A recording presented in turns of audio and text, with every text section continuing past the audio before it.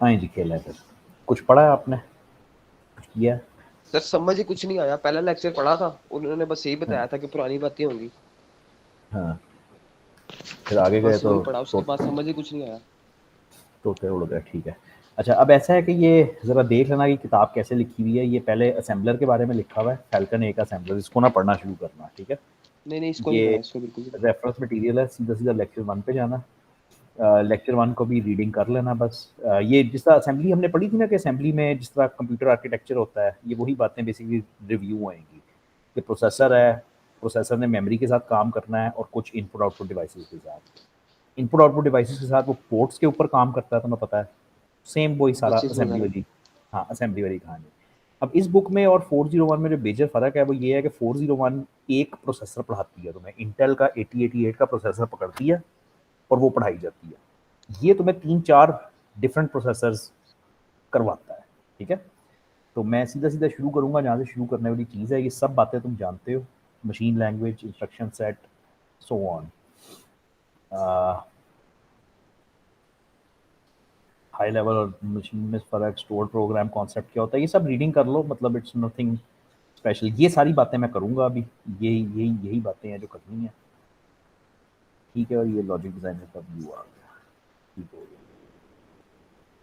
तो टैक्सोनॉमी पे चलते हैं। टैक्सोनॉमी पे ये भी बातें मेरा ख़्याल तुम समझते हो कि कुछ एक्यूमुलेटर रजिस्टर होता है जिसमें रिज़ल्ट्स एक्यूमुलेट करते हैं, कुछ जी स्टैक सर, बेस्ड वो मशीन स्टैक बेस्ड मशीन्स, जी सर याद है। और कुछ जनरल पर्पस रजिस्टर्स जिसमें आप वो करते हो।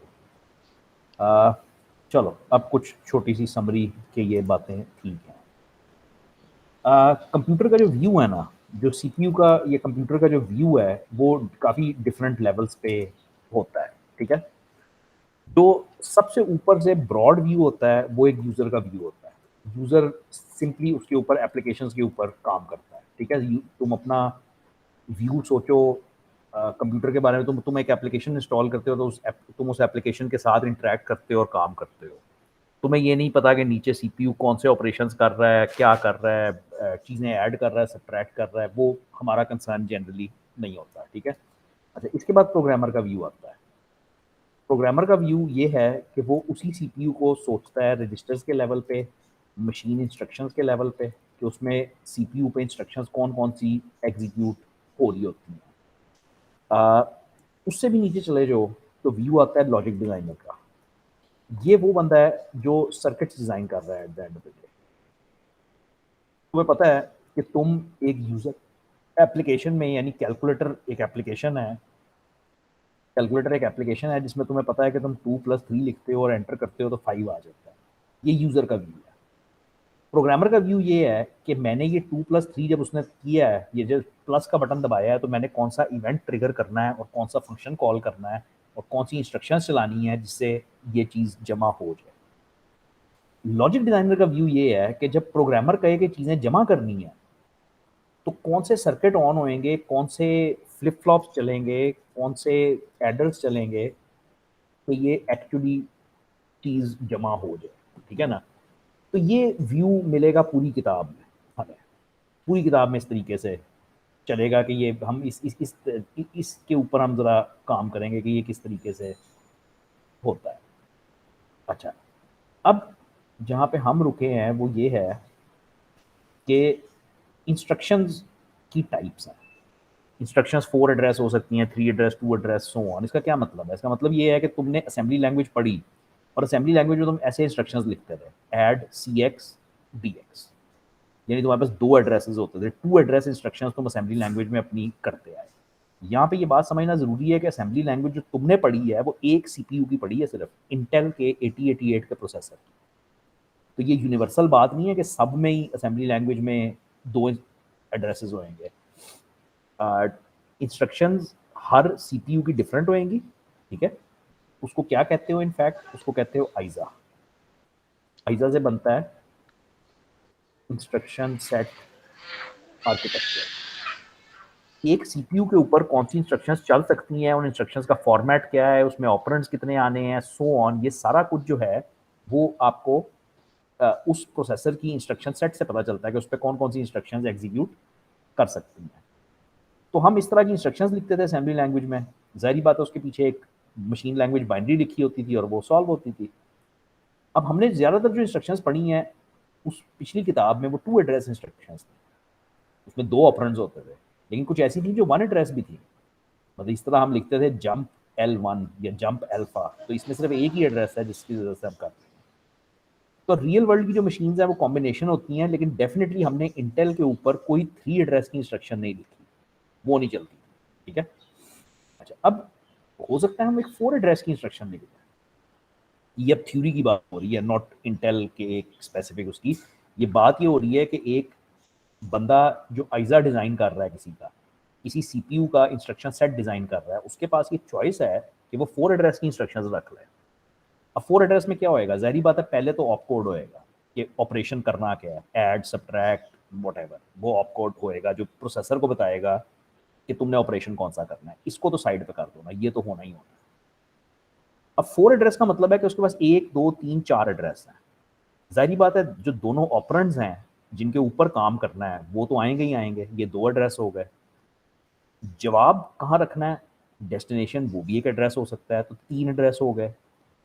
चौथे एड्रेस में वो ये भी बता सकता है कि नेक्स्ट इंस्ट्रक्शन कौन सी चलानी है, यानी जब वो ये इंस्ट्रक्शन चला दे तो उसके बाद वो सीपीयू को बता दे कि नेक्स्ट इंस्ट्रक्शन तुमने फलानी चलानी है। तो इस तरीके से 4 एड्रेस की इंस्ट्रक्शन बन सकती है, ठीक है।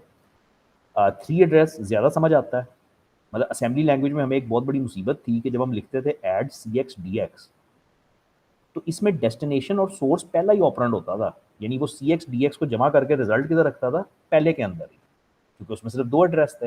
लेकिन अगर हम कहते ऐड AX BX CX, अगर हमारे पास ये फैसिलिटी होती कि हम 3 ऑपरेंड दे सकते होते हैं तो फिर ये काम आसान हो जाता। तो ये 3 एड्रेस है।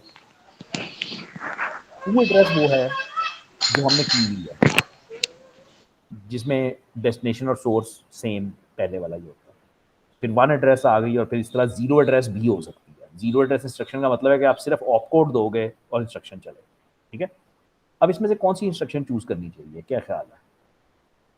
मेरे ख्याल में ये काफ़ी अच्छी है। सर 2 और 3 में से कोई भी। हाँ, 3 काफ़ी अच्छी है ना, क्योंकि मतलब उसमें डेस्टिनेशन ज़्यादा से बता सकते हो और ये वो। तो अब चॉइस क्या है, मतलब डिज़ाइनर्स क्यों, मतलब इंटेल वालों ने क्यों इसको छोड़ा और 2 के ऊपर क्यों आए, ठीक है।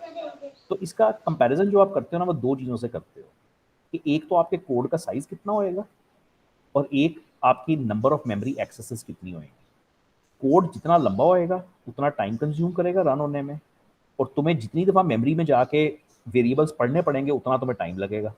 तो ये बेस कंपैरिजन इस बेस पे करते हो, ठीक है। कोड का साइज़ तो बड़ा ही आसान है। ज़ाहिर बात है अगर इंस्ट्रक्शन 4 एड्रेस वाली है वो ज़्यादा जगह खींचेगी बनिस्बत 2 इंस्ट्रक्शन वाली जगह। तो कोड साइज़ तो सिंपल है। नंबर ऑफ मेमोरी एक्सेसेस थोड़ी सी ट्रिकी हो जाती है, ठीक है। वो कहता है कि फॉर एग्जांपल अगर हम कोड साइज चेक करें और हम कहें कि ऑप कोड जो है वो 1 बाइट पे आता है, डेस्टिनेशन 3 बाइट्स पे आती है। 3 बाइट्स काफ़ी अजीब है क्योंकि ये 24 बिट का कंप्यूटर बनता है ना, ये 2 बिट है ना 3 बिट है। तो ये 24 बिट यानी 3 बाइट का बनता है। खैर अगर है तो है, ये इसने ऊपर ना ये एज्यूम किया हुआ, ये देखो, ये उसने सारा कुछ ऊपर एज्यूम किया हुआ। तो अगर डेस्टिनेशन भी 3 की है, सोर्स भी 3 की, सारी 3 की, तो कोड का साइज़ तो सिंपल ही है ना कि वो ये सारों को जमा करोगे तो वो आ जाएगा कि 13 बाइट्स की एक इंस्ट्रक्शन बन रही है। अब मेमोरी से तुम कितना लेके आए, मेमोरी से कितना लेके आए, मेमोरी से सबसे पहले तो तुम 13 बाइट की ये इंस्ट्रक्शन उठा के लाए। अगर चलानी है तो सबसे पहले तो तुम ये 13 बाइट की इंस्ट्रक्शन उठा के लाए। फिर तुम दोनों सोर्स ऑपरेंड्स उठा के लाए, वो 6 बाइट्स के हो गए, 13 + 6 हो गया। फिर 3 बाइट्स तुम्हें वापस डेस्टिनेशन में रखनी भी है, वापस तुम मेमोरी में गए हो और 3 बाइट्स जाके रखनी है। तो टोटल मेमोरी एक्सेस कितनी की है तुम्हारी से एक इंस्ट्रक्शन ने, 22 बाइट। मैं इसको डिटेल में नहीं करूंगा, लेकिन अगर 3 एड्रेस होता तो तुम्हें तुम्हारी इंस्ट्रक्शन सिर्फ 10 की होती और मेमोरी से तुम अभी भी 22 बाइट ही लेके आ रहे होते। 2 एड्रेस पे आते हो तो इंस्ट्रक्शन भी छोटी हो जाती है और मेमोरी एक्सेस भी इंतहाई छोटी हो जाती है। ये एक डिज़ाइन इशू है। कंप्यूटर आर्किटेक्ट जो उस प्रोसेसर की मशीन लैंग्वेज बना रहा है उसने ये डिज़ाइन डिसीजन लेना है कि यार मुझे अगर तो फ़र्क नहीं पड़ता मेमोरी एक्सेसेस से, तो फिर तो ठीक है, मैं ज़्यादा से ज़्यादा प्रोग्रामर को फैसिलिटी दे रहा है ना कि वो डेस्टिनेशन भी लिख सकता है, नेक्स्ट एड्रेस भी लिख सकता है, तो फिर तो वो कर देगा। लेकिन अगर मतलब ये ट्रेड ऑफ है कि आप दरमियाना एक रास्ता चूज़ करते हो कि किस तरफ जाते हो। तो इंटेल वाले ऑब्वियसली 2 एड्रेस के साथ गए, फिर सिमिलरली इस तरह 1 एड्रेस और 0 एड्रेस। प्रैक्टिकल सिचुएशन में तुम्हें सिर्फ ये पता चलेगा कि रियल वर्ल्ड के जो प्रोसेसर्स हैं वो एक्चुअली इनके कॉम्बिनेशन से काम करेंगे, कुछ स्पेसिफिक एक ही इंस्ट्रक्शन टाइप नहीं होएगी, दो दो तीन तीन किस्म की भी हो सकती हैं। ये अच्छा एग्जांपल होता है वैसे। ये एक्सप्रेशन है a is equal to B plus C multiply D minus E, ये तुमने सॉल्व करना है। ये सारे वेरिएबल्स हैं, b भी वेरिएबल है मेमोरी में, c भी वेरिएबल है, d भी वेरिएबल है, सो ऑन। तो कहता है कि तुम इसको 3 एड्रेस पे सॉल्व करते हो तो तुम्हारी मशीन लैंग्वेज क्या बनेगी? तुम पहले b और c को ऐड करोगे और जवाब डाल दोगे a में। अब a में जवाब आ गया इन दोनों को ऐड करके, उसके बाद जो a में जवाब है उसको मल्टीप्लाई करोगे d से, तो मल्टीप्लाई a को d के साथ करो और जवाब a में डालो, और फिर जो जवाब आया उसमें से सब्ट्रैक्ट कर लो। तो वो कहता है कि अगर तुम 3 एड्रेस का कंप्यूटर इस्तेमाल कर रहे हो तो सिर्फ 3 इंस्ट्रक्शंस असेंबली लैंग्वेज की में तुम्हारा पूरा काम हो गया।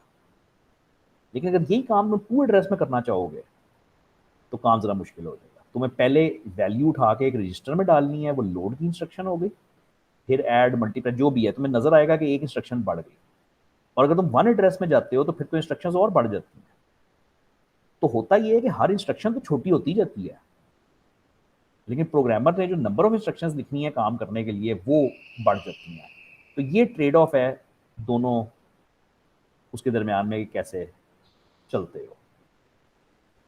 इफेक्टिव एड्रेस बनाते हैं, जानते हो तुम यार, ये बल्कि रिवाइज कर लेना चाहिए, ये रिवाइज कर लेना चाहिए।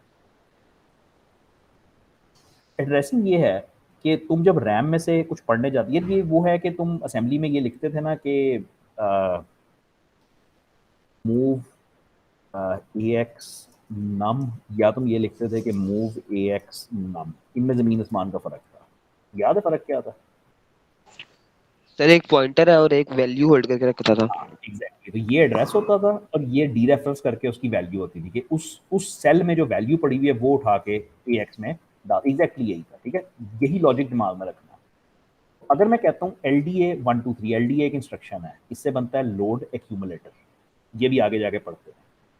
तो ये कहता है एल डी ए 1 2 3, तो इसका ये इमीडिएट एड्रेसिंग है। इमीडिएट एड्रेसिंग का मतलब है कि मैंने ब्रैकेट तो कोई नहीं लगाया ना, तो मैं 123 की रकम उठा रहा हूँ और रकम उठा के 123 की एक्यूमुलेटर में डाल रहा हूँ। ये इमीडिएट एड्रेसिंग है जो काफ़ी फजूल है।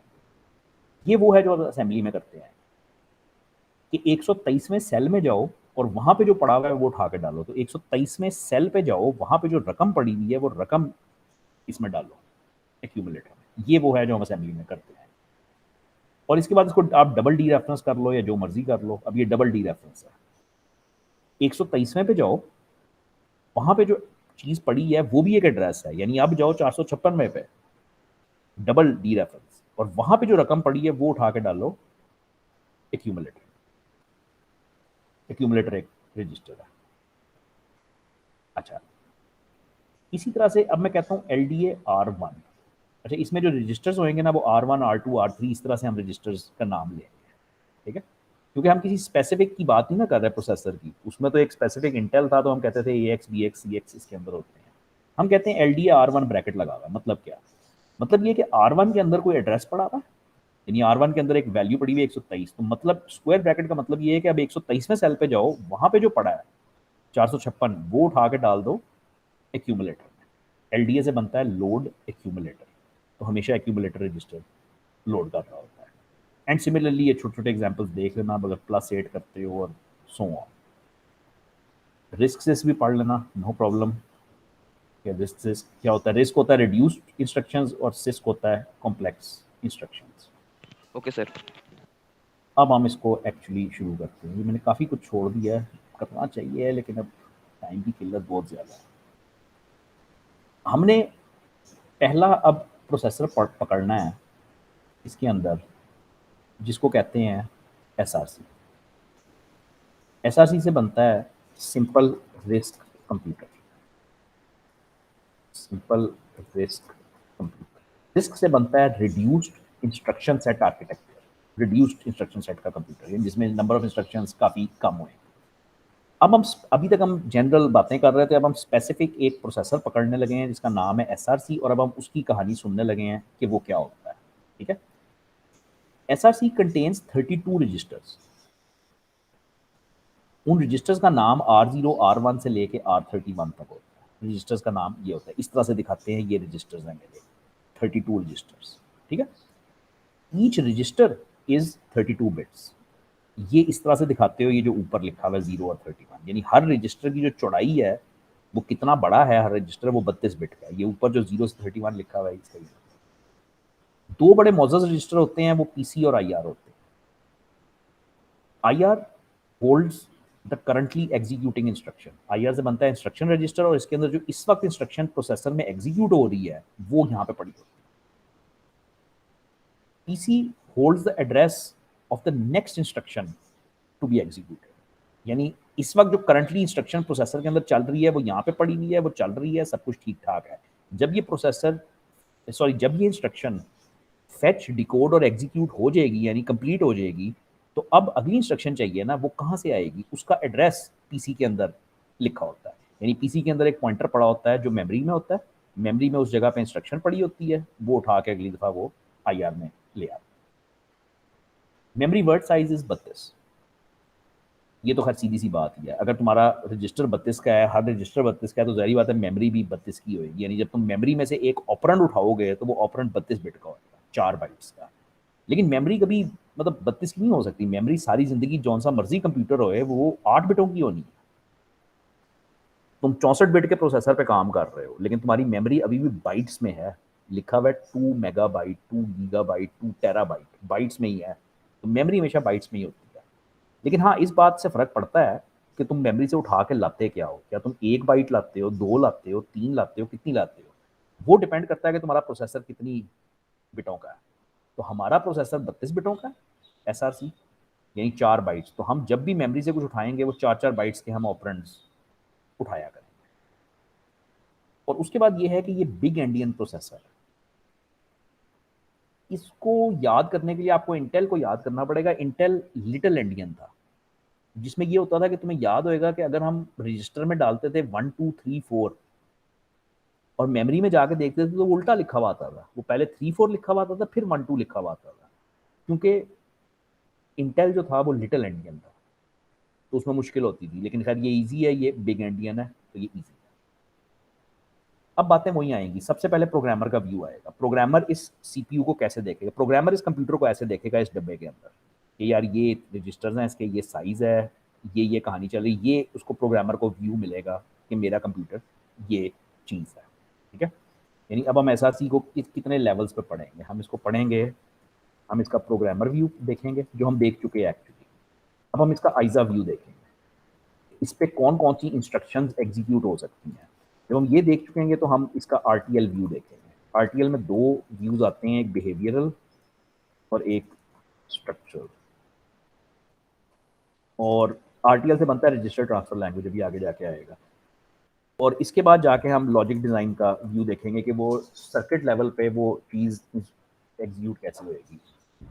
अब ज़रा ऊपर से नीचे आओ और इसको वो देखो कि क्या हो रहा है। इसको ना कहते हैं levels of abstraction, levels of abstraction, which means कि एक बंदा किस लेवल ऑफ डिटेल के अंदर एक चीज़ को देख रहा है। प्रोग्रामर जो है उसका बड़ा ही सादा व्यू है, बहुत सादा व्यू है। वो कहता है कि यार ये प्रोसेसर है, उसके अंदर इतने रजिस्टर्स हैं, ये मेमोरी है, और मैंने इनके दरमियान में कम्युनिकेशन करवानी है और चलाना है। ये प्रोग्रामर का। आइजा का व्यू ये है कि इस प्रोसेसर पे कौन कौन सी इंस्ट्रक्शंस रन हो सकती हैं, उनका सिंटेक्स क्या होएगा, उनको लिखना कैसे है, कितनी इंस्ट्रक्शंस होएंगी, ये इंस्ट्रक्शन सेट का व्यू है। ये काफ़ी लंबा चौड़ा और कॉम्प्लेक्स व्यू है।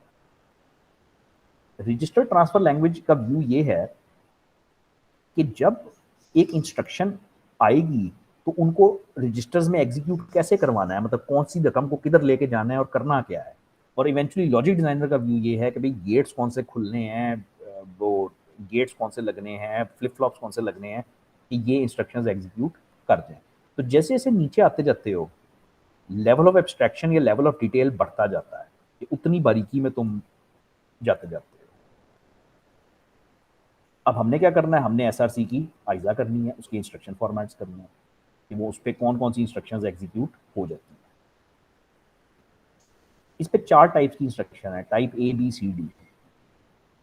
इंस्ट्रक्शन 32 बिट की, बताने की ज़रूरत नहीं है क्योंकि हर रजिस्टर ही 32 बिट का है, तो इंस्ट्रक्शन भी 32 बिट की है। Type A B C D 4 किस्म की इंस्ट्रक्शन है। फ़र्क क्या है? टाइप ए में 0 एड्रेस है, टाइप बी में 2 एड्रेस है, एक रजिस्टर है और एक कांस्टेंट दिया हुआ है। टाइप सी में 2 रजिस्टर्स दिए हुए हैं और एक कांस्टेंट दिया हुआ है, और टाइप डी में 3 रजिस्टर्स दिए हुए हैं और एक कांस्टेंट दिया हुआ है। ये ऊपर जो लिखा हुआ है ये तुम्हें समझ आना चाहिए। बिट नंबर 0 से 26 तक, यानी जो नीचे वाली 27 बिटें हैं वो यूज़ नहीं हो रही, लेकिन बिट नंबर 27 से 31 तक ये कितनी बिटें बनती हैं? 27, 28, 29, 30, 31, 5 बिटें बनती हैं। 5 बिटों के ऊपर मेरा ऑप कोड आएगा और ये फिक्स है। एक्चुअली ये फिक्स होता नहीं है, लेकिन यहाँ पे फिक्स है, विच मीन्स कि ये ज़िंदगी ज़रा आसान है। कि मेरा टोटल जो ऑप कोड मैंने लिखना है वो 5 बिटों पे लिखना है, तो ये लिख लो बात। तो SRC में जो मेरा ऑप कोड है वो आएगा 5 बिट्स के ऊपर। ये उसने आइज़ा बनाने वाले ने फिक्स कर दिया कि 5 बिटों पे आएगा। अब मैक्सिमम ऑप कोड कितने आ सकते हैं? वो 2 की पावर 5 है, यानी 32 ऑप कोड्स आ सकते हैं, विच मीन्स कि मेरे इस प्रोसेसर पे मैक्सिमम कितनी इंस्ट्रक्शंस चल सकती हैं? 32 इंस्ट्रक्शंस। ये फैसला हो गया ना। अगर तुम्हारी गाड़ी की नंबर प्लेट 4 डिजिट की है तो इसका मतलब है शहर में कितनी गाड़ियां आ सकती हैं? 9,999। इसी तरह से अगर 5 बिटों का ऑप कोड है तो मैक्सिमम कितने ऑप कोड लिख सकते हो? 32 लिख सकते हो, 2 की पावर 5। तो दैट इज इट। हम वो 32 ऑप कोड लिखेंगे और ये रजिस्टर्स लिखे हुए हैं, दैट्स फाइन। अब टाइप ए के अंदर जो इंस्ट्रक्शंस हैं वो सिर्फ दो इंस्ट्रक्शन है। एक NOP है, नो ऑपरेशन, और एक स्टॉप है, STOP। इसका ऑप कोड 0 है और इसका ऑप कोड 31 है। दोनों फजूल हैं, दोनों तुमने इस्तेमाल नहीं करनी। आगे चलें। टाइप बी का फॉर्मेट ये था कि एक रजिस्टर होता है और एक कांस्टेंट होता है। ये बहुत क्रूशियल है, ये तुम्हें MCQs में आती हैं हर जगह। तो इसमें पहली इंस्ट्रक्शन है LDR। इससे बनता है लोड रजिस्टर। LD से बनता है लोड और R से बनता है रजिस्टर। एक तो लोड और स्टोर को बड़ा क्लियर कर। जब भी कंप्यूटर साइंस में लफ्ज लोड बोला जाता है इसका मतलब है कि CPU लोड हो रहा है, यानी CPU के अंदर बाहर से कुछ डेटा आ रहा है। तो लोड का मतलब होएगा कि हमेशा मेमोरी से CPU में आएगा, और स्टोर का मतलब होता है कि CPU कुछ डेटा बाहर फेंक रहा होता है, तो वो डायरेक्शन ये होती है। तो तुम्हें सिर्फ ये इंस्ट्रक्शन पढ़ के पता चल जाएगा कि तुम मेमोरी से लेके रजिस्टर के अंदर आ रहे हो। ये होना है, is use to load register from memory using a relative address. ठीक है। रिलेटिव एड्रेस में ये था कि एक एब्सोल्यूट एड्रेस होता था कि मैं तुम्हें सेल नंबर बता दूं कि सेल नंबर 10 है, 20 है, जो भी है। ये एब्सोल्यूट एग्जैक्ट एड्रेस होता है। रिलेटिव एड्रेस हमेशा ये होता है कि रिलेटिव टू समवन, यानी जैसे तुम्हारे घर का एड्रेस है मकान नंबर 4 गली नंबर 3, ये फिक्स्ड फिजिकल एड्रेस है। तुम्हारे घर का रिलेटिव एड्रेस ये है कि दूध वाले की दुकान से चौथा मकान, यानी रिलेटिव टू समथिंग।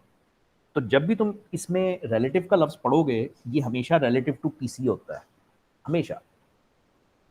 तो अगर मैं इंस्ट्रक्शन देता हूँ LDR R356, तो मैं क्या कह रहा हूँ कि मेमोरी के 56वें सेल में से पढ़ो और R3 में डाल दो।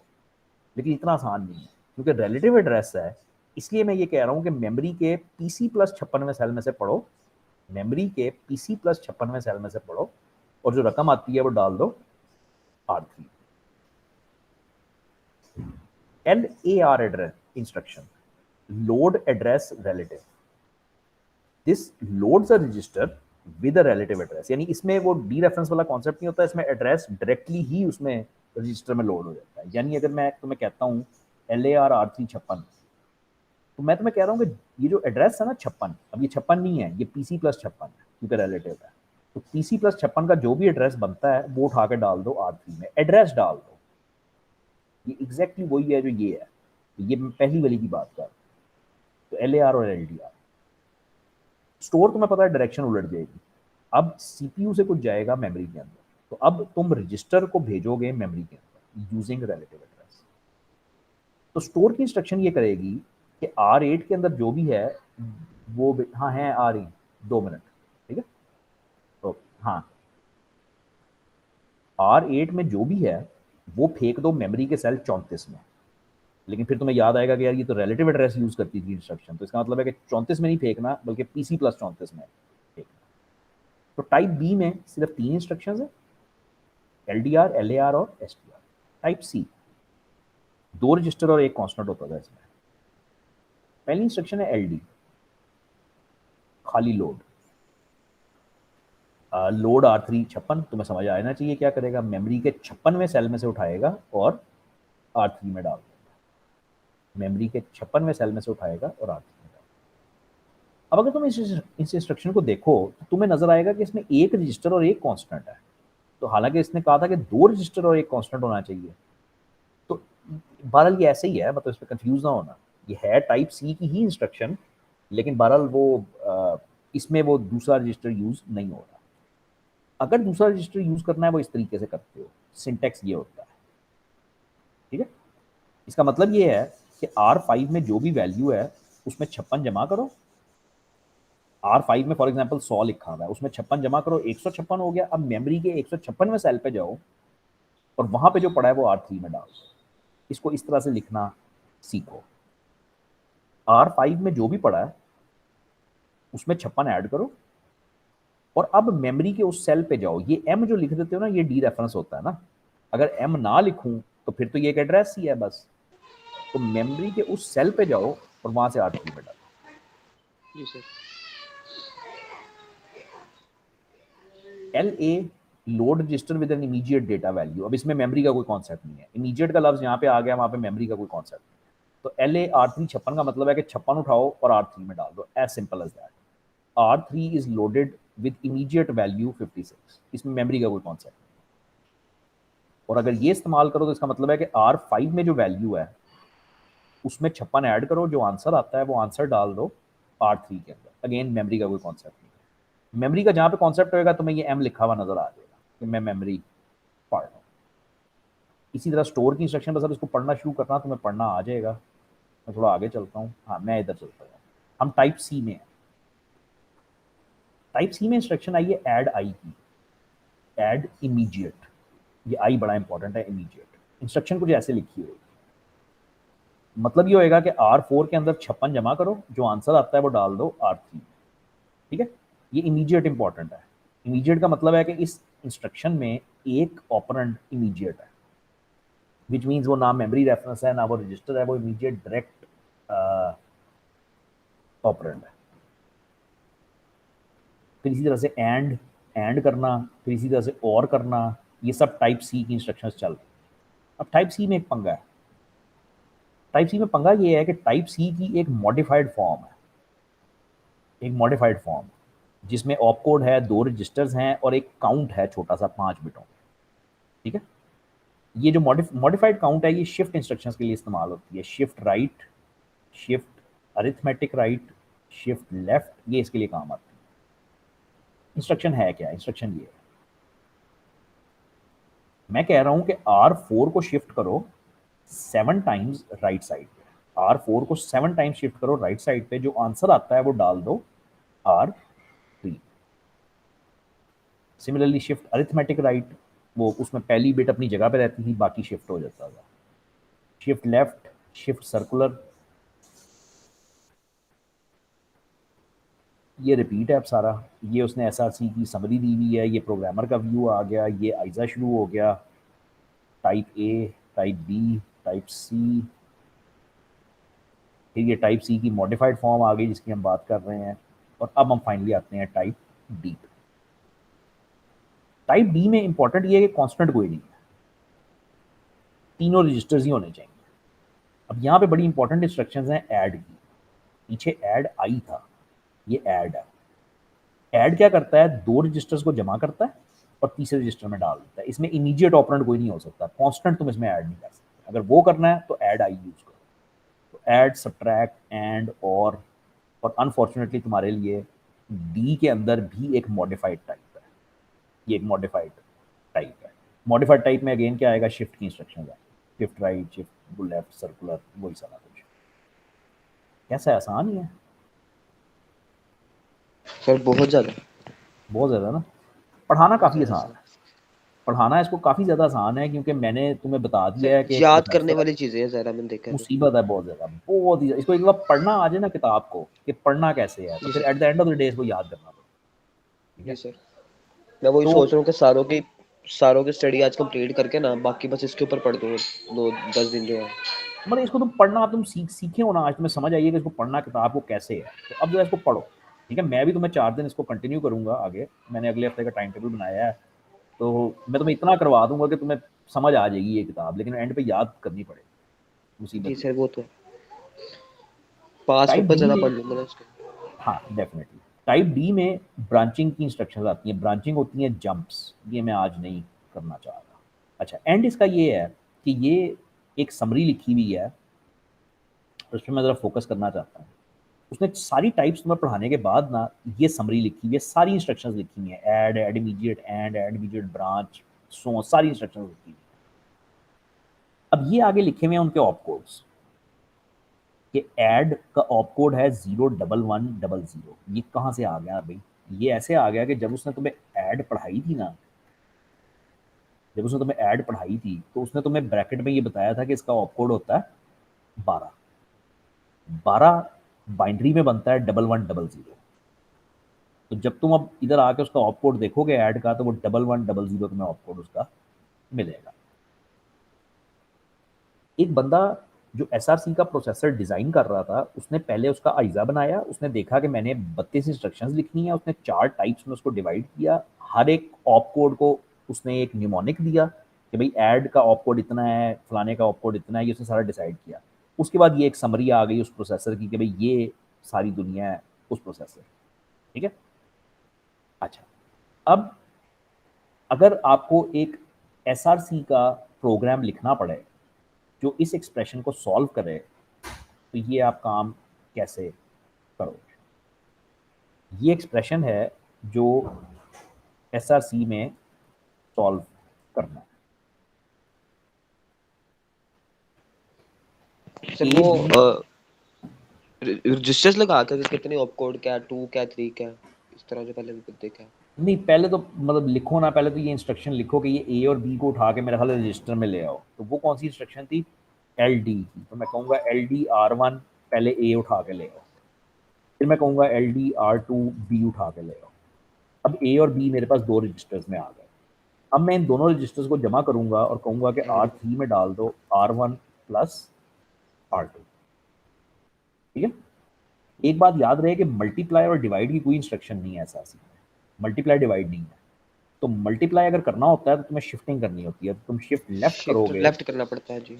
हाँ, आर थ्री को शिफ्ट लेफ्ट करोगे 2 दफ़ा, तो वो 4 से ज़रब खा जाएगा। अब ये सारा आंसर तुम्हारे पास आर थ्री के अंदर आ चुका है। ठीक है? अब इस तरफ चलते हैं। अब पहले सी को उठाओ। मैं आर फोर में सी को उठा लेता हूँ।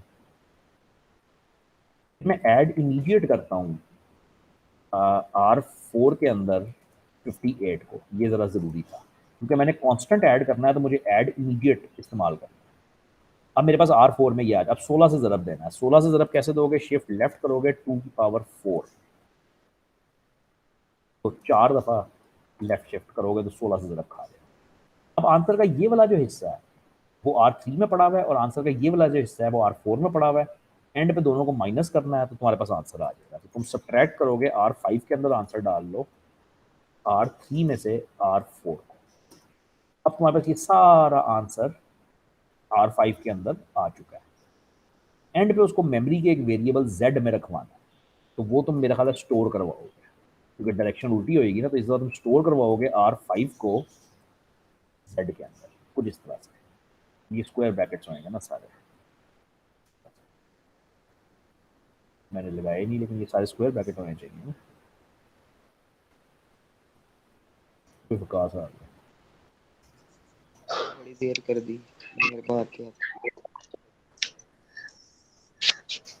तो ये इसमें इसको पढ़ लेना थोड़ा सा, मतलब अब तो हमने बना ही लिया, लेकिन इसमें एक खास बात ये है कि इसमें मल्टीप्लाई और डिवाइड की इंस्ट्रक्शन नहीं होती है एहसास। तो हमने पूरा आइजा पढ़ा है, कहीं पे मल्टीप्लाई डिवाइड नहीं था। सोल्यूशन बी ये है कि वो कहता है कि एज्यूम कर लो अपने पास से कि मल्टीप्लाई है। वो कहता है अपने पास से एज्यूम कर लो कि मल्टीप्लाई है, तो फिर कैसे लिखोगे? तो फिर मतलब वो ये है कि जारी बात है मल्टीप्लाई की इंस्ट्रक्शन फिर साथ ऐड हो जाएगी। हाँ जी, है हिम्मत और करूँ आगे? सर मेरे में तो है, आपकी आपने जी सुबह जी। के पढ़ा रहे हैं फिर हम नहीं, लेकिन ये मतलब बहुत ज़्यादा मटेरियल है ना, ये समझ आना चाहिए, फ़ायदा इस बात का है, वरना फ़ायदा नहीं है। चलो चलते हैं आगे। अगला स्टेप ये है कि हमने करनी है हैंड असेंबली। हैंड असेंबली का मतलब है, हैंड असेंबली का मतलब है कि जो काम असेंबलर करता है ना, वो तुमने हाथ से करना है, ठीक है? यानी perform the job of assembler. Assembler क्या करता था? वो असेंबली से ट्रांसलेट करता था मशीन लैंग्वेज में। ये उसका काम था बस, और तो कोई काम नहीं है। जो तुम्हारा नेसम था पिछले सेमेस्टर में, नेसम जो तुम्हारा असेंबलर था, वो क्या करता था? वो असेंबली लैंग्वेज के प्रोग्राम को मशीन लैंग्वेज में ट्रांसलेट करता था। अब वो काम तुमने खुद हाथ से करना है, ठीक है? तो फॉर एग्जाम्पल हम दो इंस्ट्रक्शंस कर लेते हैं, ये दो पकड़ते हैं इंस्ट्रक्शन, ठीक है जी? अब इनको हमने करना है, इनकी हमने मशीन लैंग्वेज बनानी है, यानी हमने असेंबलर का काम करना है, ठीक है? तो ये काम कैसे होएगा? सबसे पहले तो मुझे सी का पता होना चाहिए कि सी है कहाँ। सी का कोई बताएगा नहीं? हाँ, ये है सी। तो सी है 204 208, देखते हैं क्या होता है, लेट्स सी, ठीक है? सबसे पहले तुम आइडेंटिफाई करोगे कि ये इंस्ट्रक्शन टाइप कौन सी है। तो एल डी टाइप बी थी मेरे ख्याल है, टाइप सी थी, पता नहीं, टाइप सी थी। तो सबसे पहले तो इसको आइडेंटिफाई करोगे कि ये है क्या। तो टाइप सी में पहली इंस्ट्रक्शन थी एल डी। तुम्हें टाइप सी याद आ जाएगी कि टाइप सी की शक्ल जो है वो ये होती है, ठीक हो गया? अब यानी ये जब तुमने मशीन लैंग्वेज बनानी है, तुमने ये सारा बनाना है ना, अब तुम इसके हिस्से भरना शुरू कर दो। अब तुम अपने आप से पूछोगे कि एल डी का ऑप कोड क्या था। वो भी तुम्हें मैंने नीचे टेबल दिखाया है, वो लिखा हुआ है। तो तुम इस टेबल में एल डी को ढूंढोगे, और ये एल डी है, तो इसका ऑप कोड है 00001। तो तुम्हारे पास, तुमने पहला मशीन लैंग्वेज में ट्रांसलेशन कर दी 00001। अब तो अपने आप से पूछोगे कि इसमें कौन से रजिस्टर है? इसमें रजिस्टर तो सिर्फ एक ही है, वो कौन सा है? वो वन है। वन रजिस्टर है ना, तो वन को 5 बिटों पे लिखना है। ये 22 से 26 5 बिटें हैं, तो वो क्या बन जाएगा? 00001। ये 5 बिटों पे मैंने लिखा। दूसरा रजिस्टर इस कमांड में है ही नहीं, सिरे से ही नहीं है, तो वो क्या हो जाएगा? वो हो जाएगा 00000। फर्क है ही नहीं, ठीक है? अच्छा, अब हमने कांस्टेंट लिखना है, वो लिखना है 17 बिटों पे। अब यहाँ पे कांस्टेंट क्या लिखा हुआ है? सी। तो मुझे चाहिए सी का एड्रेस, कि सी मेमोरी का कुछ सेल है, उसका मुझे एड्रेस चाहिए। वो एड्रेस प्रोग्राम में लिखा होएगा, वरना तो नहीं मिलेगा। तो इस प्रोग्राम के नीचे ये लिखा हुआ है। ORG 200 का मतलब होता है कि जो अगली कमांड है वो 200 में एड्रेस से स्टार्ट करना। तो ये 200 एड्रेस के ऊपर ए पड़ा हुआ है। डिफाइन वर्ड, वर्ड होता है 4 बाइट्स का हमारे कंप्यूटर पे। तो ये 200 से 204 पे ये हो गया, 204 पे ये पड़ा होएगा, 208 पे फाइनली सी पड़ा होएगा। अब मुझे 208 को, जो एड्रेस बना है बेसिकली 208, उसको मुझे बाइनरी के अंदर कन्वर्ट करना है। तो मैं जाऊंगा प्रोग्रामर में और मैं कहूँगा 208 की बाइनरी बना दो। तो वो ये बाइनरी बनती है 1101 और 40। तो 1101 और 1234, ये बनी 8 बिटें। मैंने लिखना थी 17 बिटों पे, तो 8 9 10 11 12 13 14 15 16 17, ये मेरा सारा 17 बिटों पे लिखा हुआ है 208। और एंड पे ये सारी जोड़ लो, तो ये मेरी मशीन लैंग्वेज बन गई। अब मैं जोड़ूंगा 1 2 3 4 5 1 2 4 3 5। कौन करेगा? 8 थी ना, 9 10 11 12 13 14 15 16 17। 110100 कोशिश की है मैंने, अब पता नहीं क्या होगा, देखते हैं। ये मेरी मशीन लैंग्वेज की इंस्ट्रक्शन है।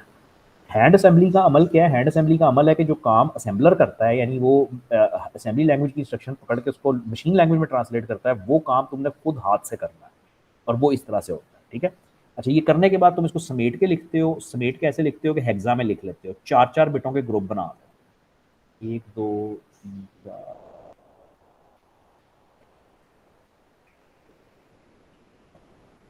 ये 4-4 बिटों के ग्रुप बना दो। अब ये क्या लिखा हुआ है, 4 बिटों पे 0 लिखा हुआ है। ये क्या लिखा हुआ है, 1000 क्या होता है, 8 होता है। 8 100 क्या होता है, 4 मेरा ख्याल है। 7 हाँ, 4 तो ये 0 है, ये 0 है, ये 0 है, ये बताओ क्या होता है 1101। फिर 13 11, हाँ 13, 8 और 4 12 और 1 13। अब हेक्सा में 13 तो होता नहीं है, हेक्सा में क्या होता है, यानी अगर मैं नॉर्मल 13 फिर लिखता हूँ तो हेक्सा ये में हेक्सा में डी होता है। डी। ठीक है, तो ये हो गया डी, तो बाद फाइनली ये 0। यानी बेसिकली मैं कह सकता हूँ कि ये जो इंस्ट्रक्शन लिखी हुई है, जब मैं इसकी हैंड असेंबली करता हूँ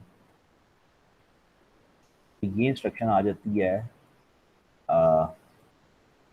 0840000D0 और एंड पे एक छोटा सा एच डाल देते हो फॉर हेक्साडेसिमल। ये हैंड असेंबली का अमल है, ये सब तुम्हें करके दिखाया होगा।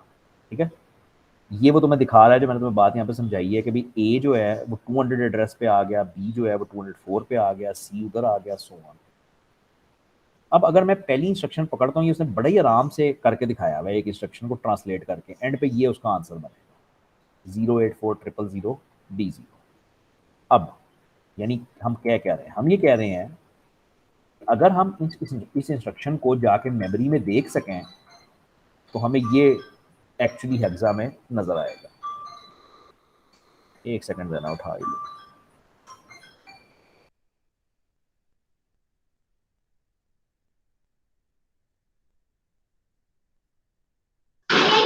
नॉइज नॉइज कितना कवर हो गया? यार फोर्थ लेक्चर है, हैं? फोर्थ लेक्चर है, रिकॉर्ड हो रहा है। ये चौथा लेक्चर प्रकाश, जा रहा है। प्रकाश तेरी तरफ बड़ा रौला है यार, म्यूट हो जा। लो जी, लो जी करो, अगली इंस्ट्रक्शन करो। और अगर तुम ये खुद कर गए तो इसका मतलब है तुम्हें करना आ गया हैंड से। तो वो उसने तो पूरी 7-8 इंस्ट्रक्शंस करके दिखाई हुई है, ज़रूरत कोई नहीं है। तो ये है इंस्ट्रक्शन, अब इसको तुमने करके दिखाना है। सबसे पहले तुम निकालोगे कि इसकी टाइप क्या है, ऐसे ही है ना।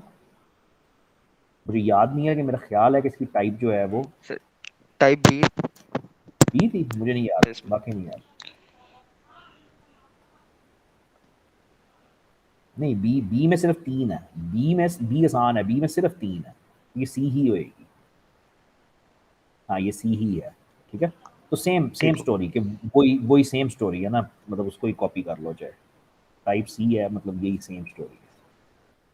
अगर डिफरेंट होती है तो तुम डिफरेंट वाली वो कर लेते। अब तुम इसको भरोगे। अब तुम सबसे, हाँ बोलो क्या करूँ।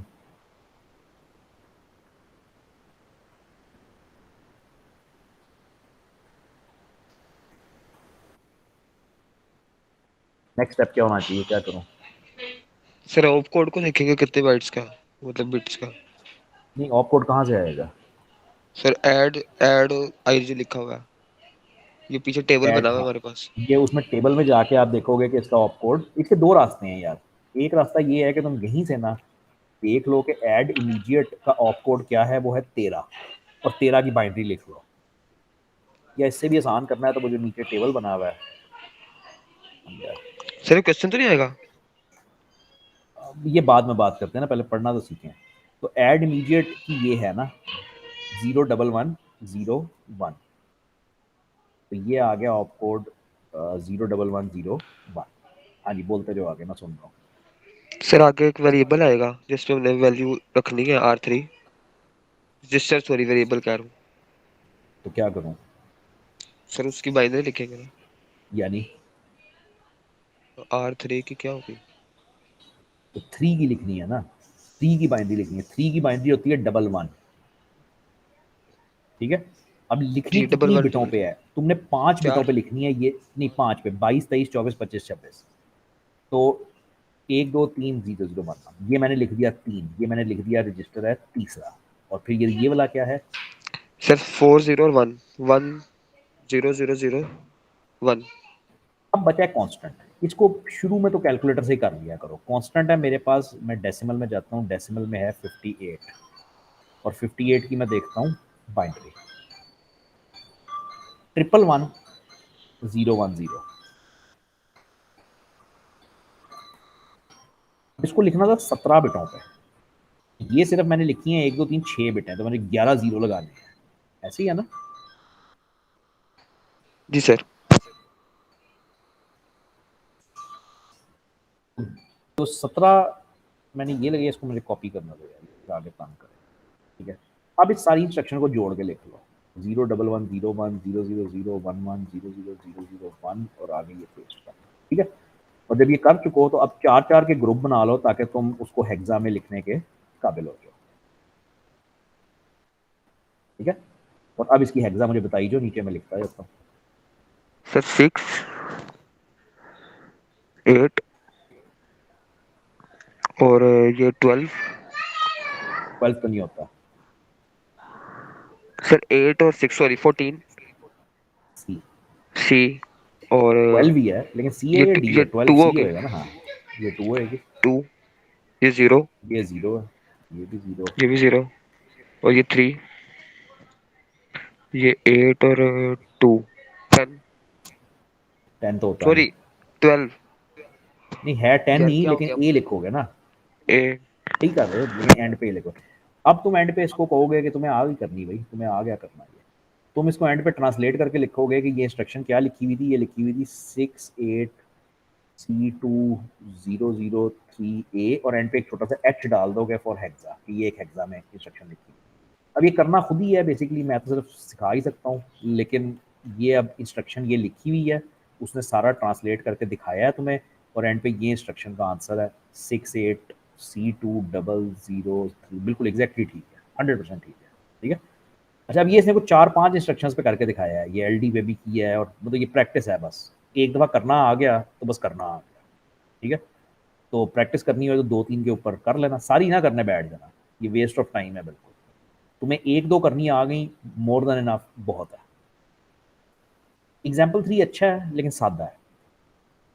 वो ये कहता है कि इमेजिन करो, ये तो पढ़ा ही नहीं जा रहा यार, पढ़ा ही नहीं जा रहा, चलो खैर। वो कहता है इमेजिन करो कि ये इंस्ट्रक्शंस हैं, ये टेबल भरो कि ये इंस्ट्रक्शन किस फॉर्मेट की है, तो तुम ऊपर से फॉर्मेट देखोगे कि टाइप सी है, डी है, कौन सी है। फिर वो कहता है कि R A, R B, R C, इन सब की वैल्यूज़ बताओ, वो फॉर्मेट के अकॉर्डिंगली है। इसको बगैर देखे हुए करना, इसको ना देखना, खुद भरना और बाद में आंसर चेक करना।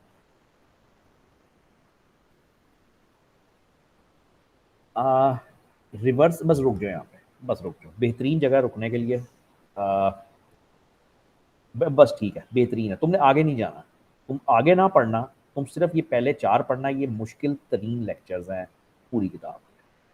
अगर तुम्हें ये 4 पढ़ने आ गए ना, तो यकीन करो ये किताब आगे रिपीट होना शुरू हो जाती है, तुम्हें आसान लगनी सर शुरू हो जाती फर्स्ट 4 है। जो मैंने 1 सब 2 फर्स्ट 4 कवर किया ना, ठीक हो गया। 1 और 2 तो मैंने पढ़ा ही नहीं। 1 और 2 जी को तो सर। मैंने खोला, 1 और 2 को तो मैंने खोला ही नहीं, मैंने तो तुम्हें 3 और 4 पढ़ाए हैं बेसिकली। तो 1 और 2 की रीडिंग करो और 3 और 4 जितना मैंने करवाया है उसको रिपीट करो। ठीक है, अच्छा मैंने अगले हफ्ते रखे हैं 4 दिन। ठीक है, 4 दिनों में हम 3 3 लेक्चर्स भी कवर कर लें तो 4 या 12 होता है, हम काफ़ी हद तक काम कर जाएंगे। ठीक है,